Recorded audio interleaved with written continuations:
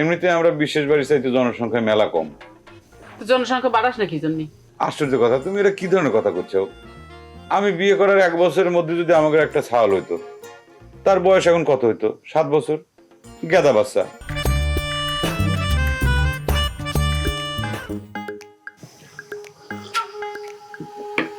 আমা, তাহলে পরে ওই বন্দুকের কি করব?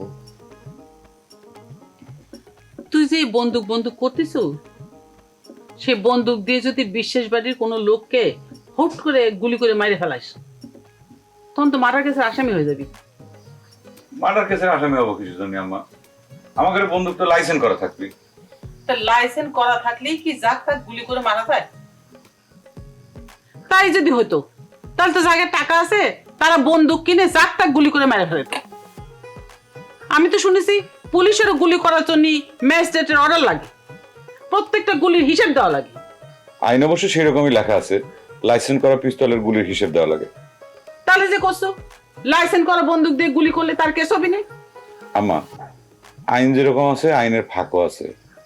মনে করো তুমি যদি আত্মরক্ষার জন্য কাউকে গুলি করো, তাহলে পরে তোমার নামে কেস হবে না।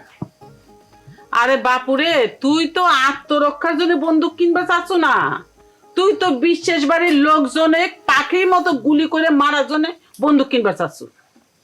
আম্মা, সেটা তো আমি কইছি রাগের মাথায়। অবশ্য মাঝে মাঝে যে সেরকম ইচ্ছে হয় না তাও কিন্তু না।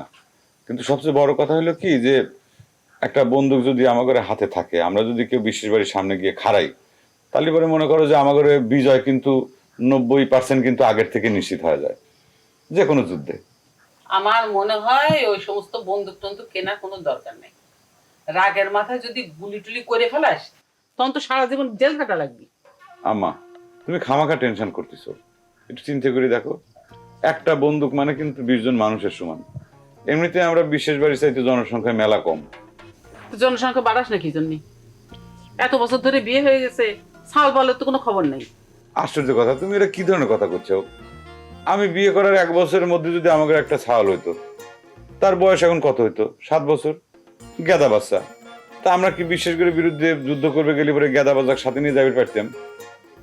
আরে বাপুরে, এখন না তার বয়স হতো 7 বছর, কিন্তু আর 7 বছর পরে তো তার বয়স 14 বছর হতো। বিশেষ বাড়ির 2 নাতিরে দেখেছিস? 2 নাতি তো দিন দিন একেবারে কত বড় শক্তি হয়ে উঠেছে, দেখেছিস? আম্মা, 2 নাতিক দেখে কি হবি? ওই বিশেষ বাড়ির জনসংখ্যা তো আমাদের চাইতে বেশি, 2 পক্ষ মিলে হাফ ডজনের বেশি। না, বিশেষ কি কম বাটপার? পয়লা বউটা মরে যাওয়ার 40 দিন পার না হতেই আরেকটা বিয়ে করে ফেলেছে, সেই ঘরেও 2টা মেয়ে। আমার এক এক সময় মনে হয় কি, তোর বাপ না মরে যদি আমি মরে যেতাম, তাহলে পরে সবচেয়ে ভালো হতো। তোর বাপ আরেকখান বিয়ে করে তারপরে ওই সর্দার বাড়ির জনসংখ্যা বাড়াবার পারত, তাহলে ওই বিশেষ বাড়ির জনসংখ্যার চাইতে সর্দার বাড়ির জনসংখ্যা বেশি হয়ে যেত। আম্মা, ঠিক কথাই কইছো, কিন্তু যা হয় নাই সেটা নিয়ে তো এখন আলোচনা করে কোনো লাভ নাই। সেই জন্যই করছিলাম যে এখন আসলে ফাইনাল সমাধান একটাই, একটা বন্দুক ক্রয় করা। এখন বাস্তবতাটা চিন্তা করা লাগবে যে এখন কি করলে পরে আমাদের শক্তিটা বাড়বে। সেই জন্যই করছিলাম যে যদি একটা বন্দুক কিনা যেত। ও